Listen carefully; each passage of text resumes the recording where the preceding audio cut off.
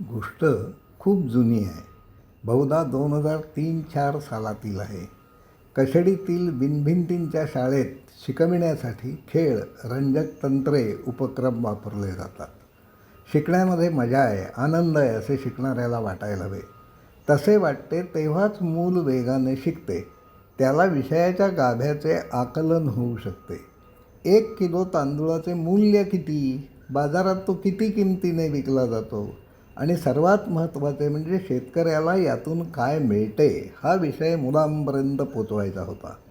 आपल्या ताटात जे अन्न येते ते पिकवण्यासाठी शेतकरी काय काय करीत असतो, त्याची अवस्था काय आहे हे त्यांना समजावून सांगायचे होते. त्यासाठी पुस्तकी धडा कामाचा नव्हता. पटवर्धन हायस्कूल रत्नागिरी या शाळेची 7वीची बॅच तेथे आली होती. मुलांना भात कसे पिकते, शेतकऱ्याला त्यासाठी नेमके काय करायला लागते याची माहिती देण्यासाठी त्यांना शेतात नेण्यात आले होते. फोड, बेर, पेरणी, लावणी, शेतातील तण काढणे, कापणी, झोडणी, पुढे भाताच्या बीजापासून तांदूळ कसा बनतो हे सारे मुलांना समजावून सांगायचे होते.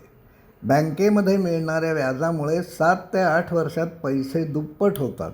पण भाताच्या एका पेरलेल्या दाण्यापासून एका लोंबीला 150 200पर्यंत दाणे धरत असतात. एकाचे 200 दाणे होण्याची ही प्रक्रिया जेमतेम 4 महिन्यात पुरी होत असते. एवढ्या मोठ्या प्रमाणावर अन्न पिकते म्हणून आपले पोट भरत असते. पण एवढ्या मोठ्या प्रमाणावर पीक येऊनसुद्धा शेतकऱ्याला दारिद्र्यात का राहावे लागते हे मुलांना कळायला हवे होते. बाजारात मिळणाऱ्या अन्नाची किंमत नव्हे तर मूल्य माणसांना कळायला हवे, म्हणून त्यांना शेतामध्ये शेतकऱ्यांच्या घरी नेण्यात आले. शेतकऱ्यांची घरे त्यांना दाखवण्यात आली. शेत कसणाऱ्याबरोबर त्यांचा संवाद घडवून आणला.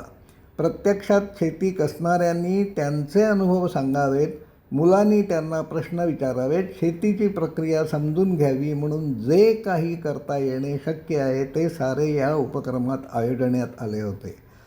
कापलेले काही भात प्रकल्पावर आणून तेथील उखळात ते काढण्यात आले. भात काढण्याच्या, तांदूळ पाखडण्याच्या साऱ्या प्रक्रियातून मुलांनीही भाग घेतला. नंतर त्या हाताने काढलेल्या तांदूळाचा भात करून त्यांना वाढण्यात आला.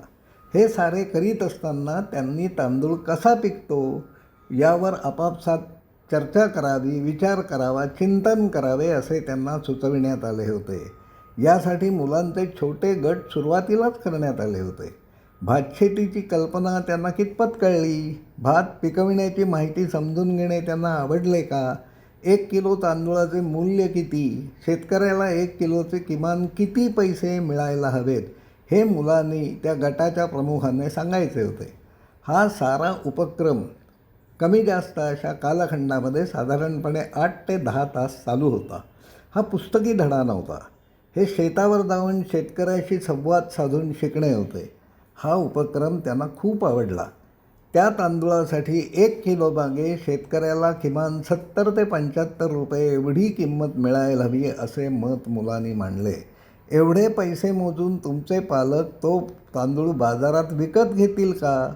हा प्रश्न घरी जाऊन आईबाबांना विचारा असे सांगून ते सेशन संपले. त्यावेळी तो तांदूळ बाजारात जेमतेम 18 ते 20 रुपये किलो या भावाने मिळत होता. माणसांना कमीत कमी किमतीत वस्तू हव्या असतात. त्या पैशामधून शेतकऱ्यापर्यंत किती रक्कम पोचते असा प्रश्न बाजारात वस्तू विकत घेणाऱ्या माणसांना पडत नाही. अन्न पिकवणाऱ्या शेतकऱ्याचे जीवनव्यवहार कसे चालतात याच्याशी त्यांना काही देणे घेणे नसते. वास्तवात जीवन शिक्षणासंबंधित असणारे हे धडे प्रत्येकाने शिकायला हवेत. हे घडेल तेव्हाच तुलनेत बऱ्याच माणसांच्या वाट्याला सुखाचे दिवस येतील. समाज सुखी व्हावा म्हणून शिकणाऱ्या मुलांसाठी असे काही रंजक उपक्रम, लेसन्स तयार करण्याचा प्रयत्न समूह मनाच्या प्रकल्पात केला जातो. असे आणखी काही स्ट्रक्चर्ड लेसन्स आपल्याला सुचत असतील तर ते कळवावेत ही विनंती आहे. धन्यवाद.